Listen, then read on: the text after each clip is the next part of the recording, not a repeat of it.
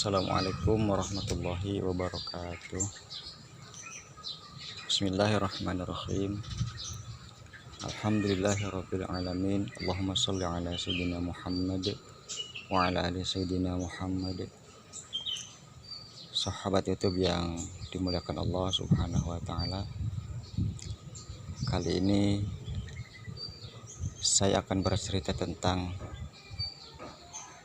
dahsyatnya sholawat yang pernah saya alami sendiri, bukan katanya, bukan lagi cerita, dan ini asli pengalaman pribadi. Sedikit saya mau bercerita. Pada waktu berapa bulan yang lalu, inilah lokasi tempat saya bekerja, yaitu saya memotong rumput di lokasi saya bekerja di sini, di samping kantor cabang suatu perusahaan di tempat saya bekerja, dan lahannya sangat luas juga sampai ke belakang sana. Ini yang saya perlihatkan halaman depannya. Suatu ketika saya tuh mau motong rumput. Jadi biasanya target motong rumput itu dalam menempuh waktu saya 1 jam selesai. Walaupun tidak selesai semua, cuman saya punya target waktu 1 jam untuk motong rumput. Nah, jadi sebelum motong rumput itu saya memanaskan mesin dahulu ceritanya tuh. Setelah mesin lumayan panas, saya siap motong.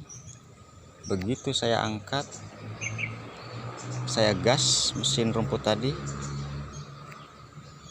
Sekali nggak taunya itu nggak bisa berputar si pisaunya tadi. Lokasinya di sini yang rumput yang akan saya potong waktu itu kejadiannya.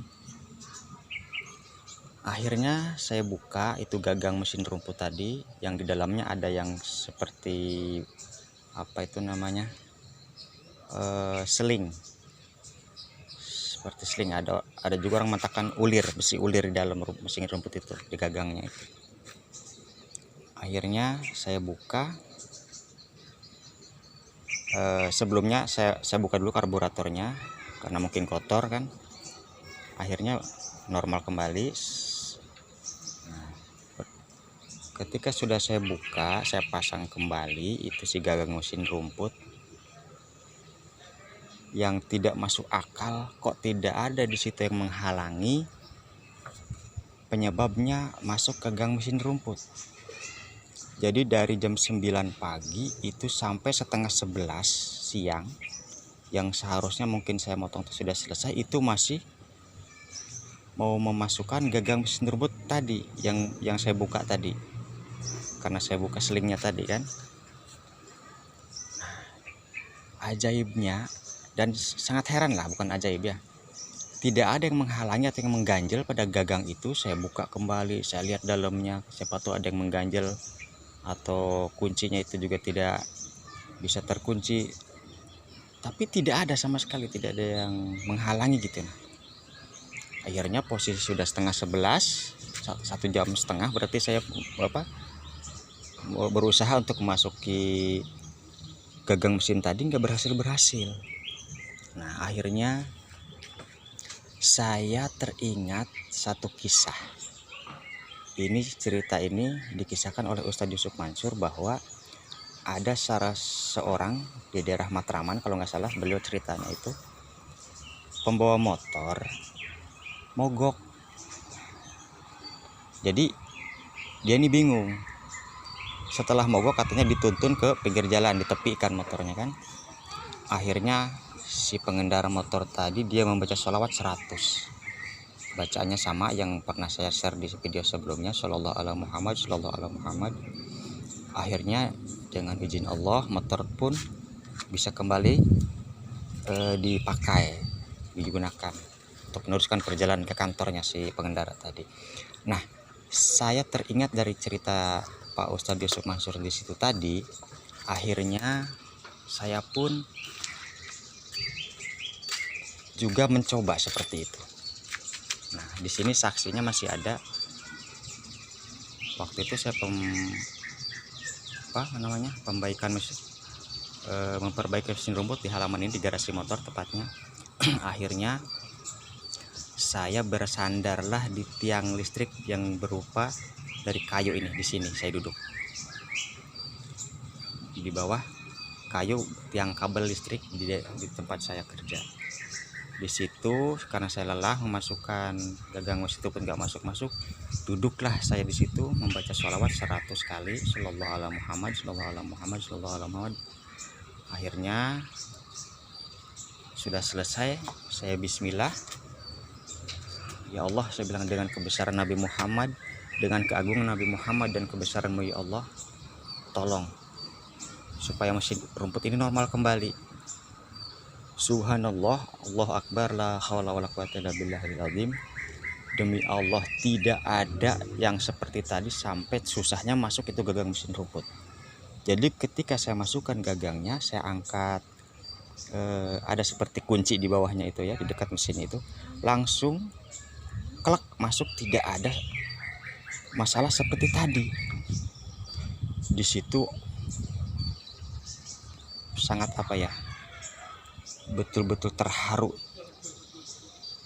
Artinya semua itu Allah akan memperlihatkan kepada saya bahwa sholawat itu memang luar biasa. Bukan berarti saya yang hebat ya, mohon maaf saudara-saudaraku, bukan berarti saya yang hebat atau saya yang gimana lah gitu bahasanya ya. Intinya itu Allah mau memperlihatkan kepada saya bahwa sholawat itu luar biasa, itu aja. Nah, di situ sedikit saya tambahkan, saya ada cerita sedikit. Jadi suatu hari saya berjalan membawa motor di jalan raya itu. Kalau musim buah di sini banyak orang berjualan buah segala macam. Jadi ketika saya dalam perjalanan bawa motor itu, di pinggir jalan itu di trotoar ada penjual durian atau durian ya. Jadi di daerah saya ini kalau musim durian itu jarak 100-200 meter itu berjejeran orang berjualan durian. Padahal kalau dipikir memang nggak seberapa harga durian ya kalau kita memang niat beli. Cuman ketika saya melewati itu tadi, ada tercium aroma durian itu tadi. Jadi terbesit dalam hati, aku pengen makan durian nih. Memang jujur waktu itu saya sama sekali nggak bawa uang ya, karena saya jarang berkendara bawa uang kecuali untuk beli bensin aja di jalanan gitu kan kalau pas mau habis. Jadi saya bersolawat, Allahumma sholli ala sayyidina Muhammad wa ala ali sayyidina Muhammad. Ya Allah, saya pengen makan durian. Saya tutup, Allah wa sallallahu ala sayyidina Muhammad walhamdulillahirabbil alamin. Saya langsung tidak ada gimana, langsung tetap meneruskan perjalanan bawa motor. Nah, singkat ceritanya, pas 2 hari kemudian, kalau nggak salah habis sholat isya saya ya, habis sholat isya itu, begitu saya sebelum beranjak bangun mau pulang, tiba-tiba ada orang membisikin saya dari belakang dengan kalimat, katanya, "Pak, nanti tolong ke rumah sebentar ya." Dengan saya tidak banyak alasan langsung saya jawab, insya Allah, saya bilang begitu. Namun sebelum saya jawab itu tadi, saya ngomong sebelumnya, mohon maaf berbahasanya agak berbelit-belit. Saya bilang, insya Allah saya ke sana, tapi mohon izin, bukannya saya kurang hormat, ketika nanti mungkin setelah pembacaan doa atau setelah selesai nanti, saya tidak ikut menikmati hidangan sama teman-teman bersama di sana, karena saya habis ini ada keperluan lain ke tempat yang lain, ke tempat teman kan. Nah, akhirnya mereka pun memaklumi yang membisikkan saya tadi, memaklumi, ke papa katanya, yang penting ke rumah aja dulu sebentar, karena kebetulan orang itu ya lumayan dekat lah bahasanya kan. Kalau sampai nggak datang ke rumahnya kan rasanya gimana gitu kan. Jadi saya menghargai juga. Nah, akhirnya singkat ceritanya, selesailah acara tadi, sehingga orang-orang siap menyantap hidangan yang disediakan oleh tuan rumah. Sesuai perjanjian saya dengan tuan rumah tadi, saya bilang mohon izin, saya tidak ikut menikmati hidangan bersama kawan-kawan di sini karena saya ada keperluan ke tempat lain. Oh sudah, nggak apa-apa Pak, Akhirnya subhanallah, saudaraku muslim muslimat yang dirahmati Allah, hidangan yang tersedia di situ bukan cuman makanan yang berupa nasi, rupanya buah-buah